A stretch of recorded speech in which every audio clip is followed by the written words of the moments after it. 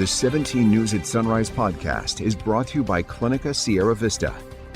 Welcome back to the 17 News at Sunrise podcast, where we share your news on your schedule. Working in the spirit of the Golden Empire, this is 17 News at Sunrise.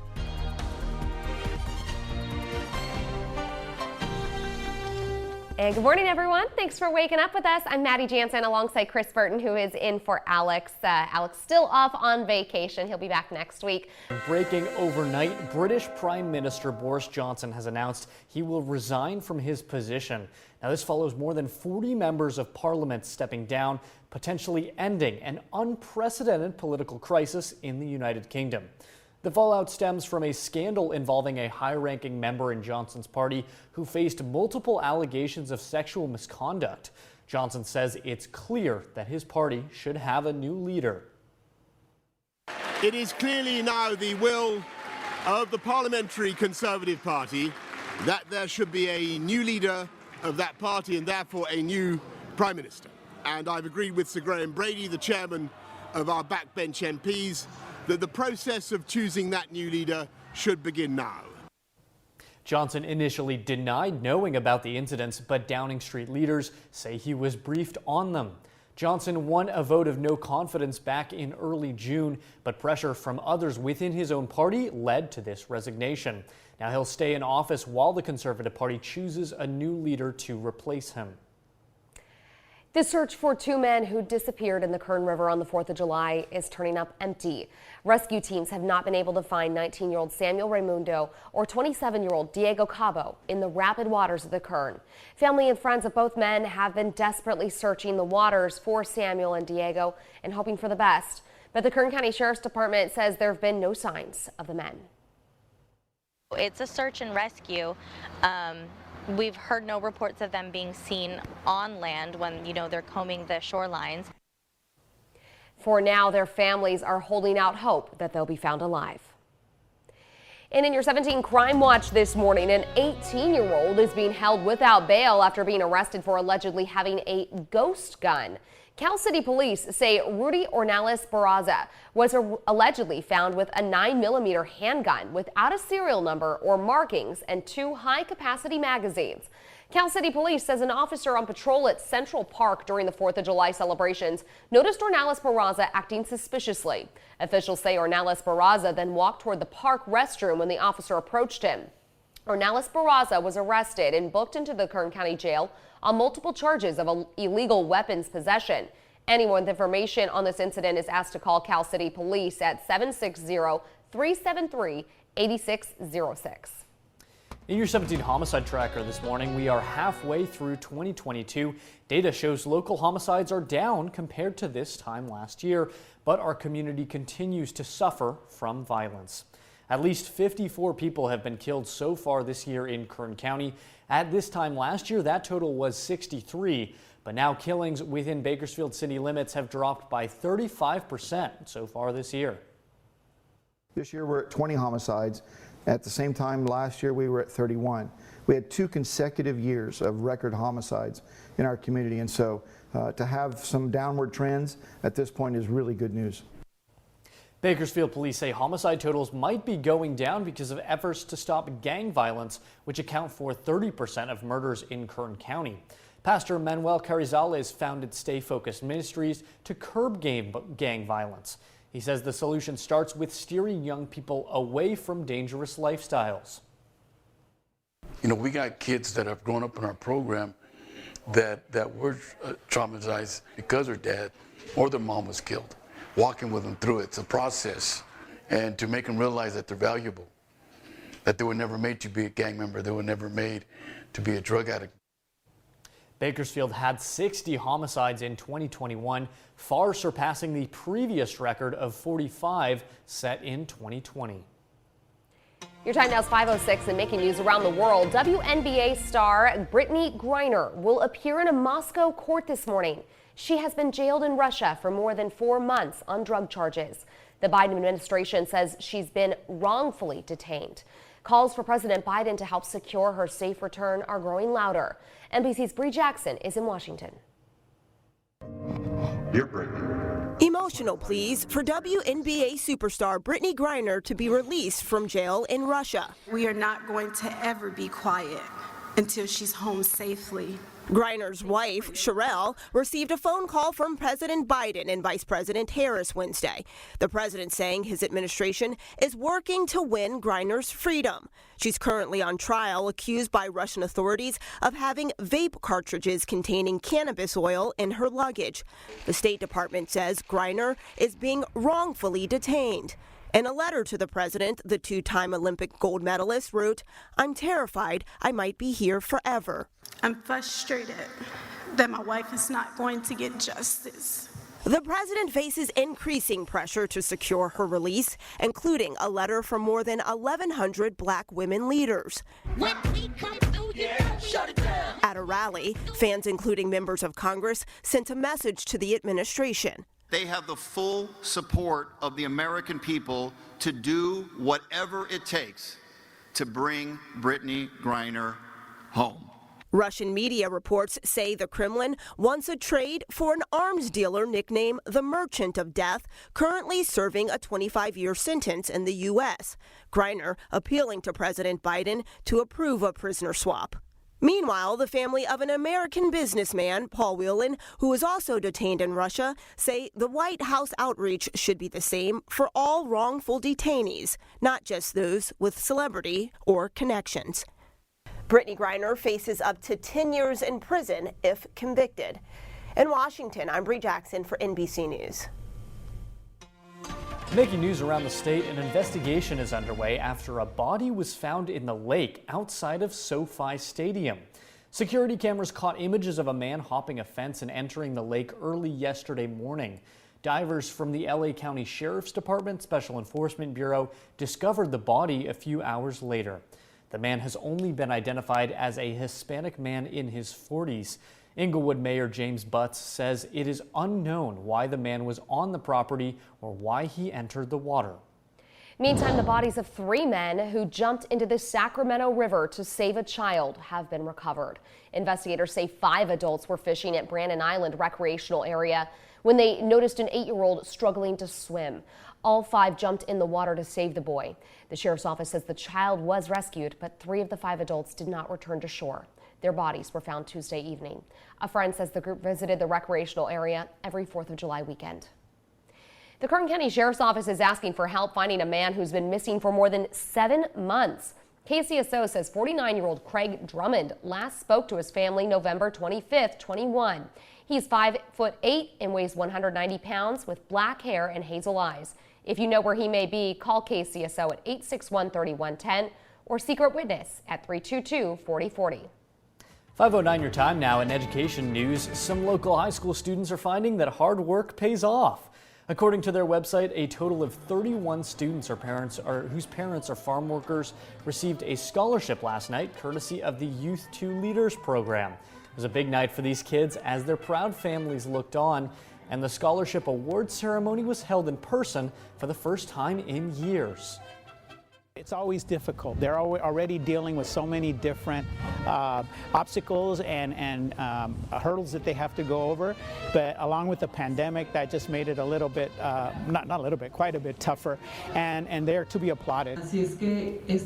Telemundo Via Central's Norma Gaspar emceed last night's event. In addition to scholarships, Youth 2 Leaders offer school readiness programs with a focus on academics and leadership.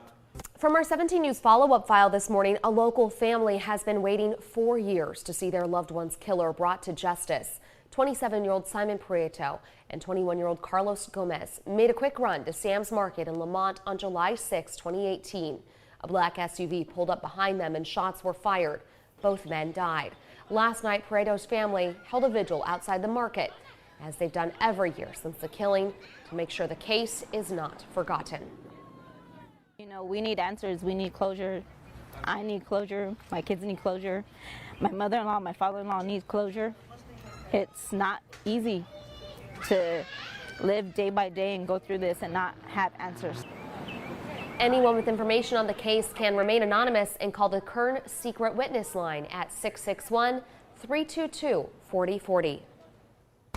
17 Court Watch now. New information in last month's double homicide at the California Veterans Assistance Foundation in Oildale.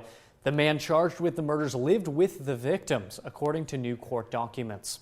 63-year-old Timothy and an unidentified 62-year-old man were found dead at the Veterans Apartment Complex on Decatur Street the morning of June 7th. The suspect, Guadalupe Mojica, was arrested the next day on his 80th birthday at a bus station with blood on his clothing and a loaded handgun, according to documents. 3 rounds had been fired at the scene, and investigators noted the gun found on Mojica was missing 3 rounds. The complex's resident manager told investigators the victims got along well and were like best friends. She said Mojica kept to himself and became easily annoyed. Mojica is charged with 2 counts of first-degree murder, currently being held without bail. He's due back in court next month. 5:34 is your time now, and making news around the nation, Mississippi's only abortion clinic closed its doors last night after a judge denied an injunction to stop an abortion ban from taking effect. Both pro-life and pro-choice protesters were lined up outside the Jackson Women's Health Organization. The establishment closed its doors after the close of business Wednesday, following a trial judge's refusal to block the state's trigger law from taking effect, instituting a near-total abortion ban. Mississippi's trigger law was passed in 2007 when Roe v. Wade still secured federal protections for abortion access. The law bans nearly all abortions with some exceptions, including in the case of rape that's reported to police or to save the life of the mother. It's heartbreaking. I'm angry, I'm sad, and I'm scared. I'm scared for all of the women and people with uteruses that won't have access to this. The state can begin enforcing that law for the first time today. And a new response report lists the missed chances to save the victims in the Uvalde, Texas school shooting. The report was conducted by the Advanced Law Enforcement Rapid Response Training, or ALERT Center. The assessment was created using school video, third-party video, body cameras, and verbal testimony from officers and statements from investigators. Officials say there were 3 missed opportunities to slow or stop the Uvalde school shooter. First, the school was on an active lockdown, but the gunman was still able to enter the classroom. According to ALERT, the lock on one of the classrooms was never engaged. Second, ALERT says there were too many teams of law enforcement in the school, which created a crossfire situation. And finally, the report indicated that the officers inside the school lost momentum. Clearly, DPS is not giving us the answers that we need. They are running this investigation along with the district attorney's office. The gunman went on to kill 19 students and 2 teachers inside a classroom before authorities breached that classroom more than an hour later. The gun violence epidemic in our country is hitting children especially hard. It's now the leading cause of death among kids and teens in the U.S. Gabe Gutierrez takes a look inside one hospital trying to change that. When Madison Blackman was rushed to the hospital, the bullet had barely missed her brain. Immediately I knew I was gonna die. I seen black. It was like ink spilled in my eyes. A far cry from the carefree social media videos typical of so many 16-year-olds. Instead, one night in January, she says she was out in a car with friends in Brooklyn when out of nowhere. The bullets started hitting the car. It sounded like somebody had a handful of maybe 20 balloons, and they all started popping one by one. Did you immediately realize what it was? Yes, I knew it was gunshots. An ambulance took her here, the ER at Cohen Children's Medical Center, run by Northwell Health. We've never seen numbers like this before. Where Dr. Chetan Sathya is a pediatric trauma surgeon. We've already seen more kids this year with bullet wounds than any other year total in history at this children's hospital. This is the largest level 1 pediatric trauma center in the state, and over the last few months it started screening for something different. So on this side it goes through the questions. Any teenager who comes to the ER for any reason is now asked a series of what some might say are uncomfortable questions. How often have you heard guns being shot? And in the past 6 months, including today, has someone pulled a gun on you? Nurse Alex Pavis and her colleagues are hoping to not just treat gunshot wounds, but prevent them. Did you ever think that this would be part of your job description? No. Never. Shootings are now the leading cause of death for children and teens in the U.S. Every day, 22 of them are shot. The topic of guns is often seen as political, but you see it as a public health issue.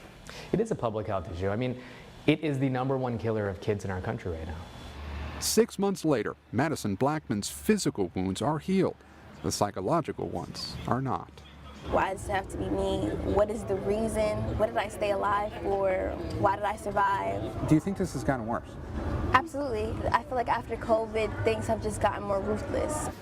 Ruthless, a powerful adjective for a 16-year-old. Being so young, it makes you feel like you have to grow up so fast in a place like this. A young girl who instinctively knew those weren't balloons, but gunshots. Gabe Gutierrez, NBC News, New York. 5:38 your time now. A Detroit police officer was killed in a shooting on the city's west side. According to the Detroit Police Department, authorities were responding to a report of shots fired. The officer was struck by gunfire and taken to a local hospital, but ultimately died from gunshot injuries. Police say the suspect, who has not been identified, also died from gunshot wounds. The exact details of the shooting are so far unclear, but authorities say there is no indication of any other injuries. The violence in this country is outrageous. The assaults against police officers is outrageous. And tonight we lost a hero in our department. And, you know, regardless of where you stand on what side of political aisle you're on this issue of gun violence, it's entirely too much gun violence in the city, too much gun violence in this country. And now we've got an officer who has paid the ultimate sacrifice, putting his life on the line for you and me, every single day. That incident currently under investigation.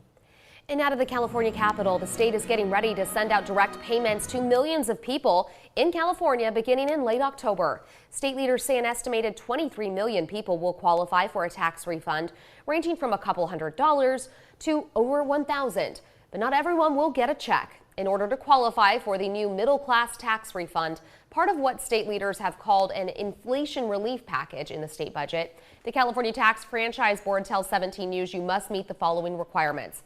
1, the residency requirement. You need to be a state resident at the time the payments go out, and you must have been a resident for at least 6 months of the 2020 tax year. The income requirement, single filers making up to $250,000 and couples making up to $500,000 qualify for at least a partial payment. The tax deadline requirement, you must have filled out your 2020 taxes by October 15th, 2021. And the tax filing status requirement, you cannot have been eligible to be claimed as a dependent during the 2020 tax year. Read more about these payments and see if you're qualified at our website, kget.com. Working in the spirit of the Golden Empire, this is 17 News at Sunrise.